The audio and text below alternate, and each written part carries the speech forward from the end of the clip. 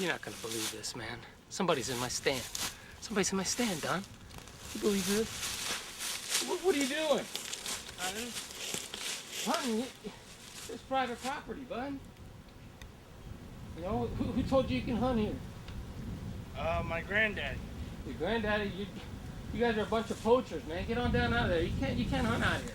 All right, I'll get down on. from there, all right? All right, man. But don't get... This isn't gonna be good, man. This is unbelievable. Come on here, try to have a decent hunt in here, man. He's gonna ruin my hunt. All right, man. All right. This isn't gonna be good, man. This isn't gonna be good. You just need to get on home, all right?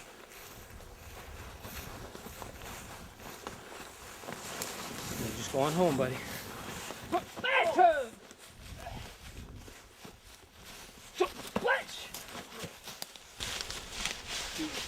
Settle down, man. Just go on home, dude. Just go on home, man. Dude, I want to warn you, come in here trying to sneak my bucks out of here.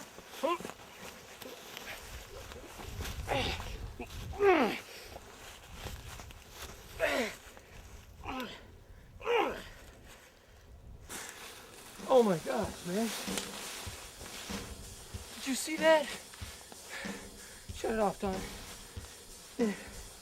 All right, enough of that, man. Shut it off. Shut it off, Don. I'll shut it off for you.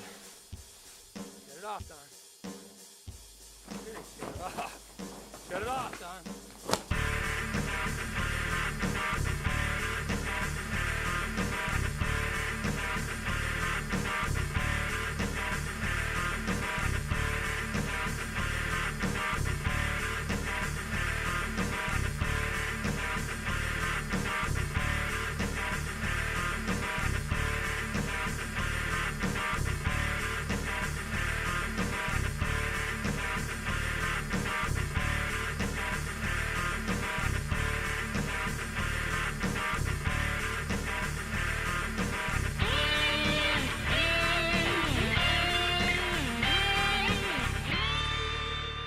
Hi, welcome to this week's show.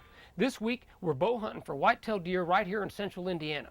And then we'll be heading to South Texas to answer two commonly asked questions. One, do you ever gun hunt? And two, does your self-filming mechanical camera arm work for gun hunters? And the answers are yes and yes. So throughout this show, we'll be demonstrating the versatility of this new camera arm. Get ready, your ultimate outdoor adventure begins right now.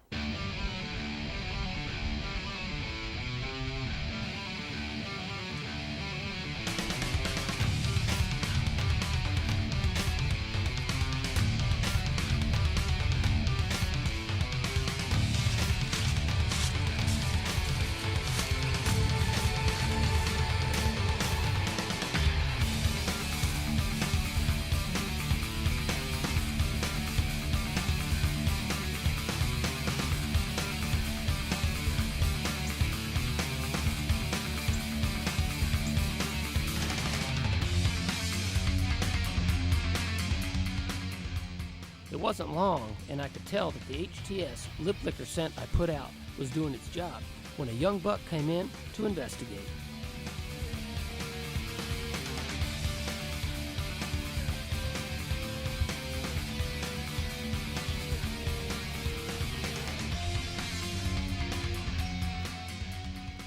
Out here on our property, the bigger bucks tend not to move until late at night, so I stayed as long as I possibly could to see if that big buck would come in, and sure enough, he did.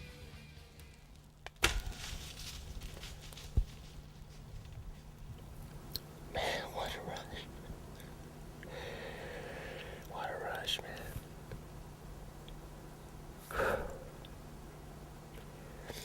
Now, all we can do is hope that we get another chance sometime before the season ends.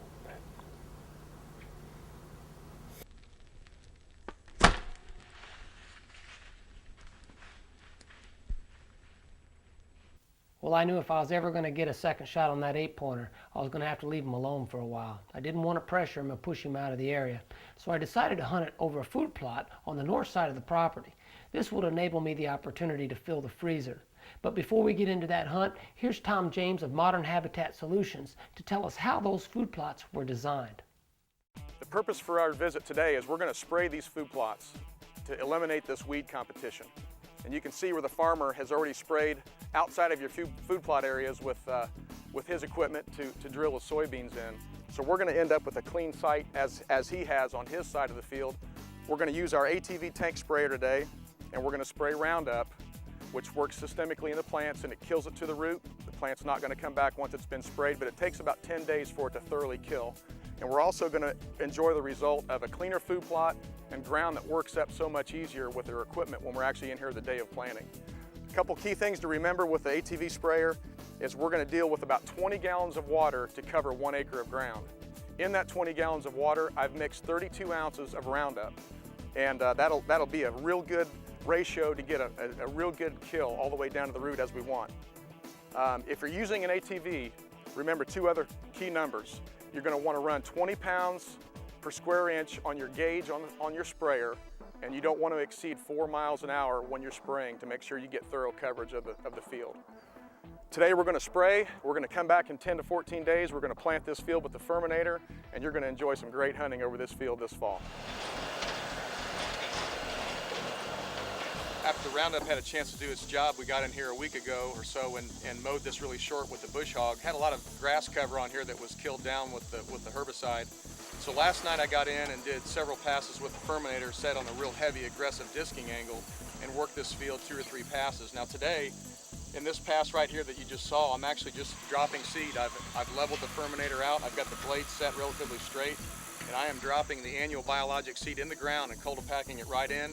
I'm going to go back over that with a second pass with my perennials of the clover that'll be dropped right on top of that firm seed bed. So we're going to have the best of both worlds this fall. We're going to have this annual that establishes quickly, but you'll have those clovers and chicories that will eventually fill in this fall and be really in good shape for you next spring. So this should be a really attractive food plot setup you've got here in this property.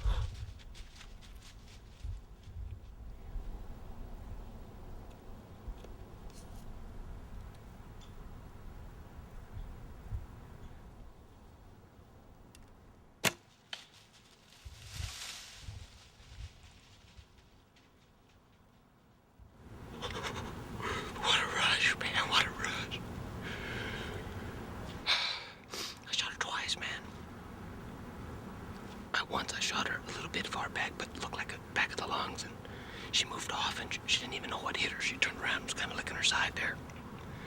She was standing broadside about 40 yards. Went ahead and knocked another one up, let it fly right behind the shoulder.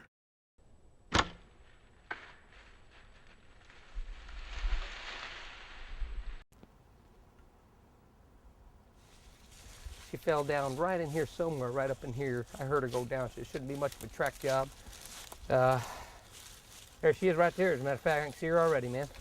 Oh. Pretty good size doe. Nice shot right behind the shoulder. Shot her with my Fred Bear takedown. Doesn't get better than that.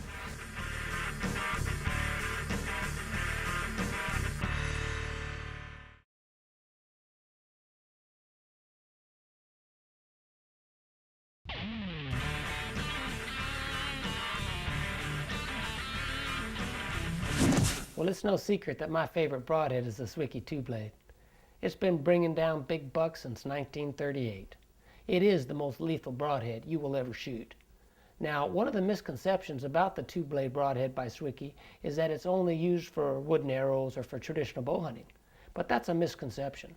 They're made with inserts also that can be used with aluminum or carbon arrows. Now, here to talk about another big misconception that's floating around out there is Chris Blunk of Hoosier Energy. Hi, this is Chris Blunk with Hoosier Energy. Today we're at the Merrim Generating Station, Hoosier Energy's largest coal-fired power plant located in southwestern Sullivan County here in Indiana. I'd like to talk about a common misconception associated with our plant, specifically the stack. Once the coal combustion byproducts make their way through the boiler, they go through millions of dollars of pollution control equipment. That equipment includes electrostatic precipitators to remove particulate matter, selective catalytic reduction to remove nitrogen oxides, and finally, flue gas desulfurization to remove sulfur dioxide. Once the coal combustion byproducts make it to the stack, literally all that's left is steam and water vapor. Here at the Merrim Generating Station, we have roughly 6,000 acres of woods and farmland. We also have a 1,600-acre cooling lake. The lake is open for public fishing and hunting, while the remaining property is limited to Hoosier Energy employees and family members. This provides an excellent opportunity for employees to hunt deer, upland game, and other wild animals. We have a very healthy deer population, partly a result of the management that is done here at the plant in the form of a hunting and fishing committee. The committee is made up of employees of the plant. They review the rules annually, impose additional rules to maintain the healthy deer population that we have here and make certain that the property is managed adequately.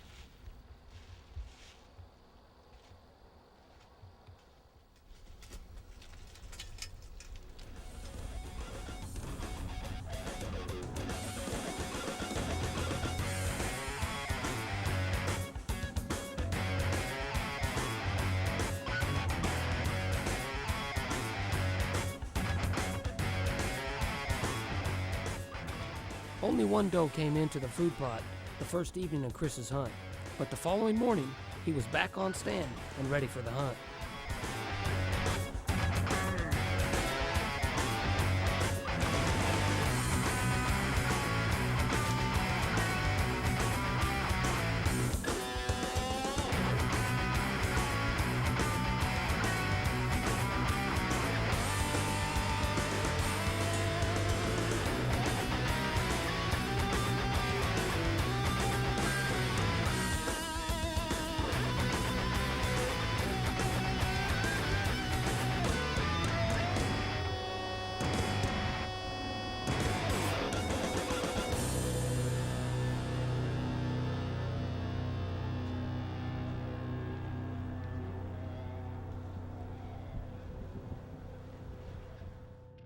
Just after daylight, we saw a couple nice does. Had a couple bucks chasing the does. They came from the east here, right down into this little valley, and almost got within shooting range, but they decided they were going to head north. So didn't get a shot, but got to see some animals and had a good morning. Ultimate Outdoors Pro Staff members put hundreds of hours in each year, and it's not possible for us to have a cameraman with us every single time we go. But thank goodness Pro Staff member Josh Stoner remembered to bring his mechanical camera arm along with him on this hunt when his cameraman failed to show.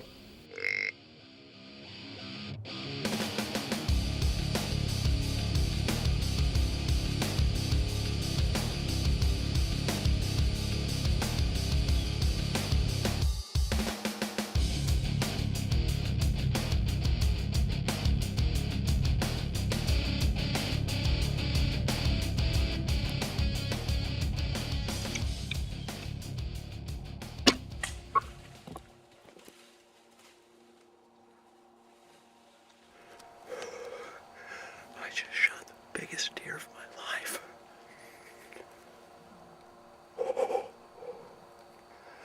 Like I said before, it's October 19th in the morning.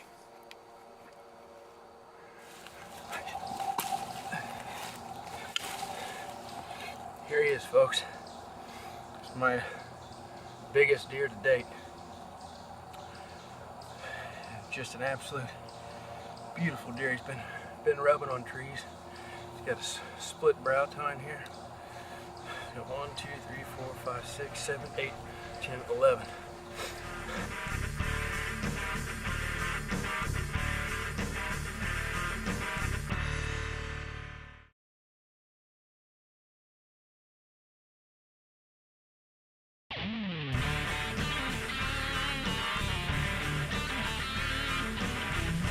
Hi, welcome back. You've been watching Ultimate Outdoors with Eddie Brochin, where we've been bow hunting for whitetails right here in central Indiana. But now, it's time to head to South Texas.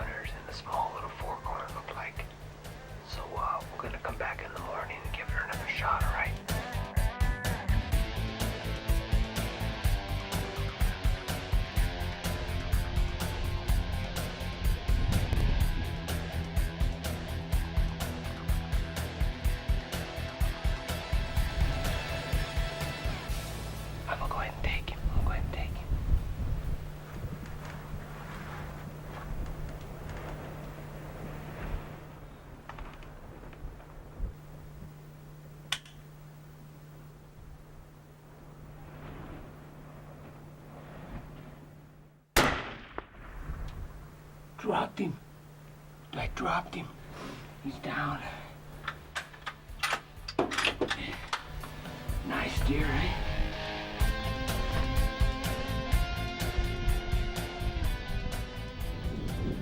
All right, what an incredible deer. Doesn't get any better than that. A nice example here of a South Texas management buck.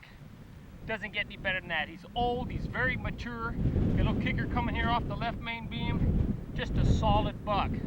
I'm sorry, it's very, very windy today. But, and if you wonder how we filmed all this, once again, I filmed all of this today by myself with the new Eddie Brocham Professional Series 2 camera arm.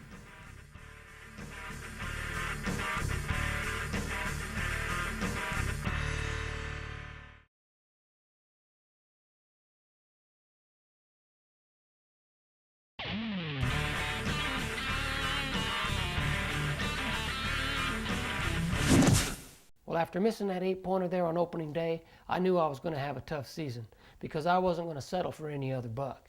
Even though I had bigger bucks on the north side of the property, I chose to hunt this 8-pointer, and I hunted him hard. Over 150 hours on the stand, and I still hadn't had a second shot on him. But guess what? I was getting close.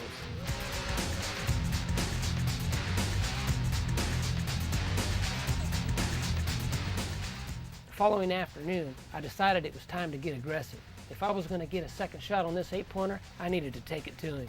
I put my climber up right in the middle of his bedding area, in the middle of the thicket. And I hadn't been there 5 minutes, and I heard something coming behind me, and sure enough, it was him. That second shot, it was coming.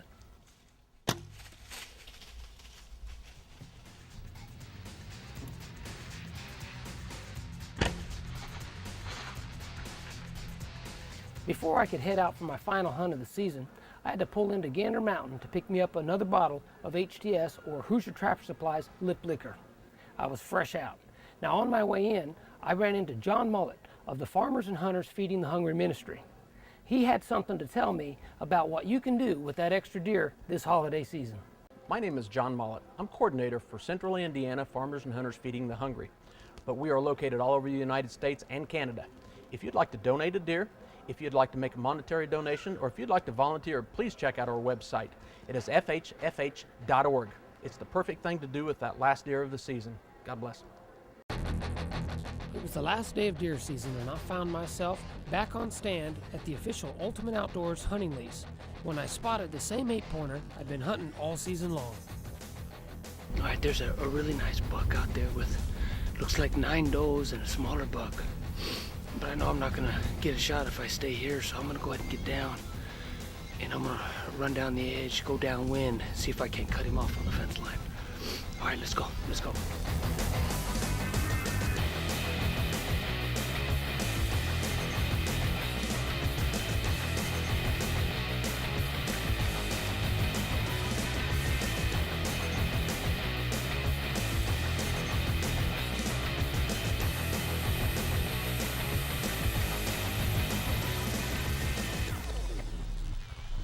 I felt the rush come over me as I saw the big buck coming in. I had to hurry to get the camera set up so I could get the shot on tape.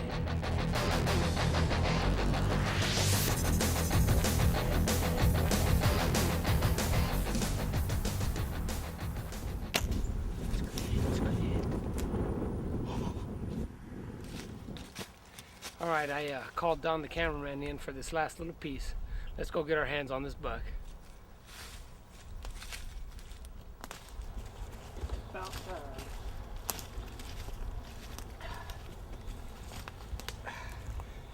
And there he is right there. Look at that. Oh man, what can I say? I'm so thankful to finally close out on this season. I've spent over 200 hours on the stand chasing this very same 8-pointer. You saw me miss him twice earlier and I was not happy. And it's been so cold I couldn't hardly stand it here the last couple weeks. It's late archery season. The weather broke a little bit and allowed me to come back out, and I'm glad I did.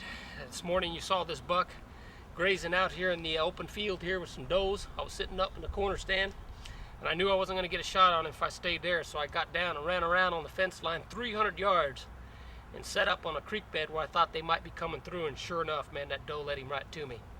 I was already in full draw, and when I let it go, he squatted down, turned, and I stuck him here behind the short rib. But it came out the off shoulder there. That Zwickey No Mercy Series broadhead did the trick today. Went all the way through the entire animal, bringing him down. Well, that was definitely one of the most challenging bow hunting seasons I've ever had. But patience, perseverance, and determination paid off in the end. I'm Eddie Brochin. Thank you for watching this week. We'll see you next time.